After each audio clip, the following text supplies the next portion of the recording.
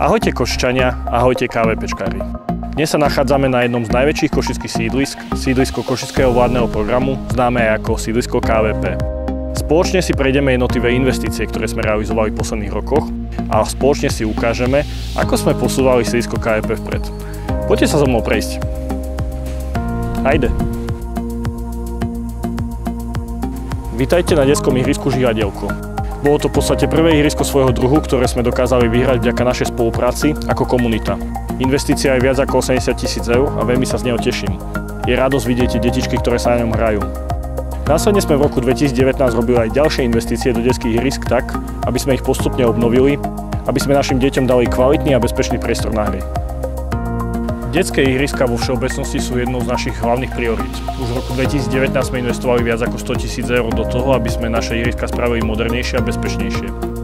Dnes tu môžete vidieť napríklad nové ihrisko Kotbuska, ktoré sa nám podarilo obnoviť za viac ako 30 000 eur práve v tomto roku 2021. Na našom sídlisku nájdete aj takýto detský prvok, ihrisko Octagon. Je to jediný prvok svojho druhu v Košiciach.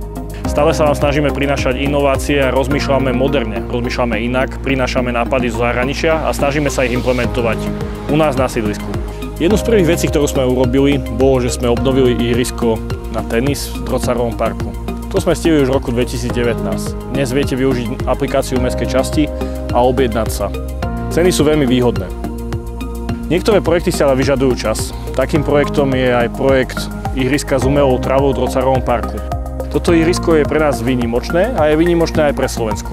Jedná sa len o druhé ihrisko na Slovensku, ktoré namiesto gumového zásypu využíva korok. Je tak zdravšie pre životné prostredie. Celková investícia mestskej časti v roku 2021 činila viac ako 60 000 eur.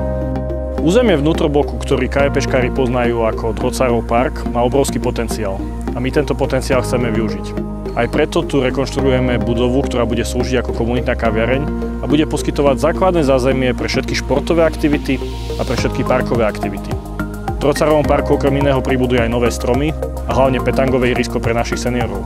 Zeleň a jej údržba je pre nás prioritou. Je dôležité reagovať na klimatické zmeny.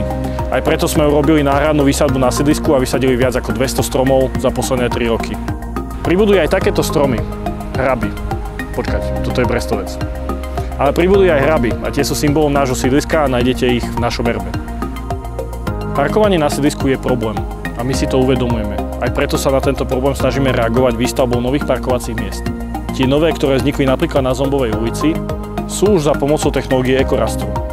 Tým pádom je povrch priepustný a prepúšťa vodu, čo pomáha životnému prostrediu. Fontána na Zombovej ulici je srdcom nášho sídliska.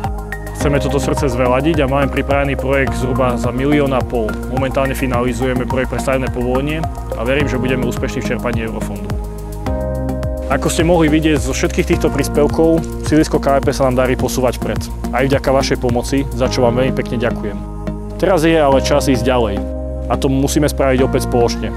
Preto nám prosím držte palce, vzájomne si pomáhajme a sídlisko KVP bude napredovať.